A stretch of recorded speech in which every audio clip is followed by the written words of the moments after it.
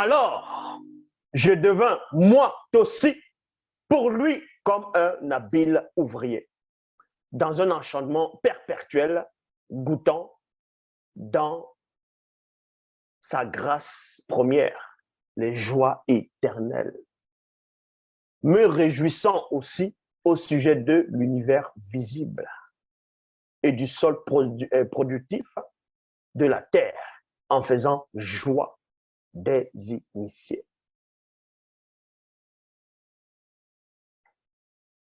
En faisant joie des initiés, ou la joie des initiés. Ça veut dire quoi? L'entité de sagesse montre que quand on créait le monde, elle était là.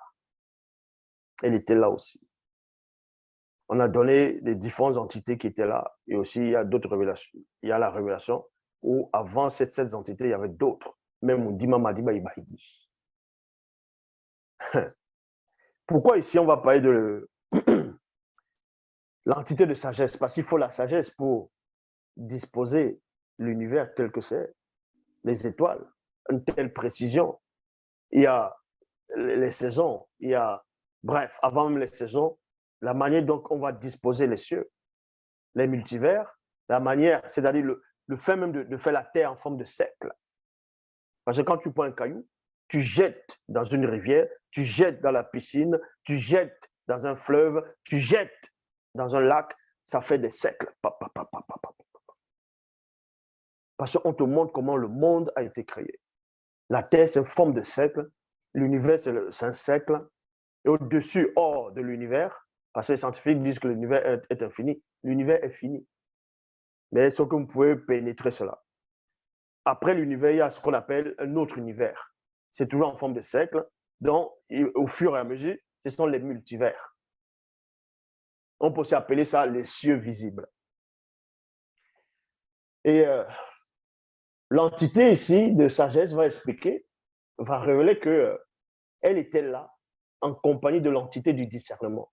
Parce qu'il faut avoir un bon discernement pour positionner la Terre à tel endroit qui va se déplacer, qui va être en mouvement, et le Soleil dans tel endroit, les astres là, pour que la Terre ne soit pas carbonisée. Ça, c'est le discernement. Donc, l'entité du discernement était là. L'entité de la science, parce qu'il faut la science pour ces choses-là. La réflexion, l'entité de la réflexion. L'entité de l'intelligence, l'entité de force. Parce que la Terre, la gravitation, la gravité dans la Terre, elle est là, bam.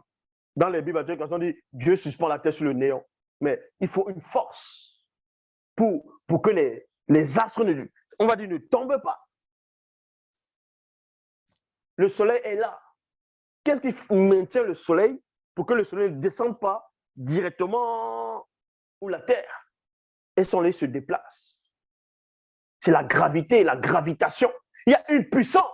C'est pour ça qu'au départ, il y avait l'entité de force. Parce qu'il faut une force qui est au-delà de la force cosmique. Vous ne comprenez pas les choses. C'est pour ça que dans la mythologie grecque,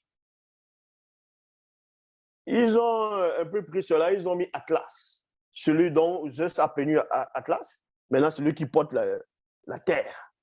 Comme ça. Là. Mais ça, ils ont piqué ça. Donc, il y a l'entité de l'intelligence, l'entité de force, l'entité de justice. Parce que ce n'est pas la justice la justice, c'est quoi? C'est ce qui est juste.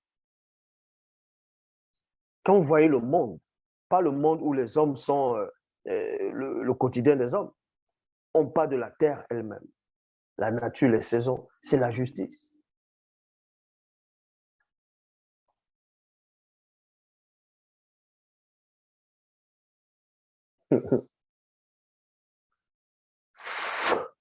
Donc, vous dites ici, après toutes ces choses, l'entité de sagesse maintenant, quand les hommes viennent sur la terre, l'entité de sagesse va les initier.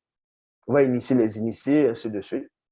C'est pour ça qu'il est dit dans Moutatedi, chapitre 1, verset 14, la plénitude de l'initiation de l'entité de sagesse, virgule, c'est la crainte du respect qui est due à l'Oba. Elle remplit les initiés de certains de ces nombreux fruits. Parce que, pourquoi on dit de certains de ces nombreux fruits? il y a la sagesse dans différents degrés, différentes phases. Tu peux avoir une sagesse, et il y a l'autre qui a une autre sagesse. La sagesse est en fonction du degré des branches. C'est comme un arbre qui a plusieurs branches.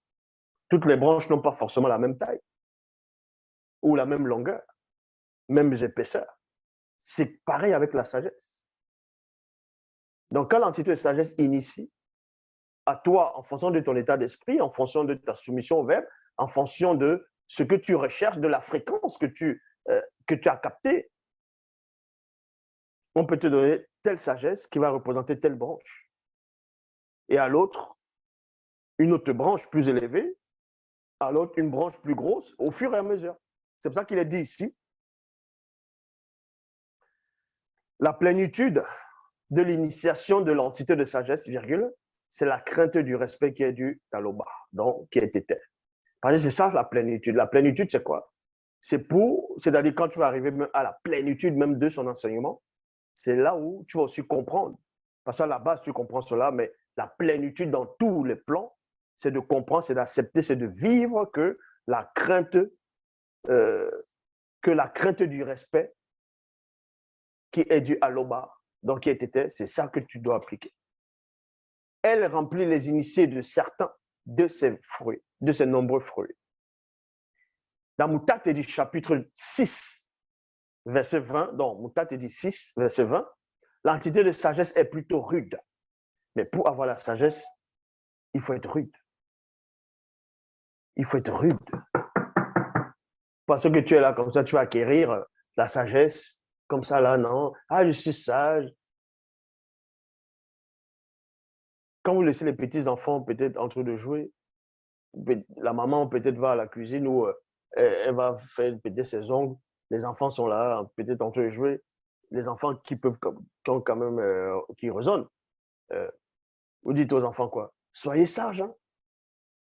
Mais le fait de dire aux enfants soyez sages, c'est parce que vous les initiez dans le quotidien. Vous les donnez la réflexion, donc il y a l'entité de la réflexion. Vous les parlez avec intelligence pour qu'ils puissent acquérir l'intelligence. Il y a l'entité de l'intelligence. Voilà, ce genre de choses. Et maintenant, vous dites soyez sages. Parce que la sagesse, c'est quoi? C'est pour ça que les gens ont confondu que quand tu as les cheveux blancs et que tu es vieux, tu as la sagesse. C'est ça, être un sage. C'est ce que les gens ont compris. Ils ont compris sans comprendre. En même temps, ils ont tort. Mais d'une autre facette, quand tu as l'intelligence, tu es intelligent, tu as appris beaucoup de choses, tu as la science, tu as appris, tu as la réflexion, il y a plein de choses, toutes ces choses-là. Il y a la force. Dans la jeunesse, tu as la force, il y a l'entité de force, il y a l'entité de, comme je l'ai dit, la science, il y a toutes ces entités. Et maintenant, la fusion de toutes ces choses-là doit t'apprendre une chose à la finalité, c'est la sagesse. Parce que tu peux avoir la connaissance sans être sage. Tu peux avoir, on va dire, la réflexion sans être sage. Ta réflexion peut ne pas s'émaner de la sagesse. Tu peux avoir une mauvaise réflexion. Tu peux être intelligent sans être sage. La sagesse représente la maturité. Quand tu as déjà tous les autres, maintenant tu es sage, tu es posé, tu es sage. Mais cette sagesse va avec tout le reste. C'est pour cela aussi dans le plan visible, comme j'ai dit, il y a, quand tu grandis, tu vas acquérir des expériences, ainsi de suite. Après, plus tard dans ta vieillesse, vu que tu as appris beaucoup de choses, tu as vu beaucoup de choses, et là, tu t'assagis maintenant. Et c'est pour ça que les gens vont confondre la sagesse avec un vieux qui a peut-être la barbe, qui a les cheveux blancs. Non, tu peux être petit, un jeune, et avoir la sagesse.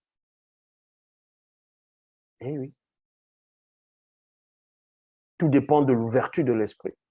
Tout dépend de la fréquence que tu captes, ta capacité de raisonner, comment tu conçois les choses selon le verbe.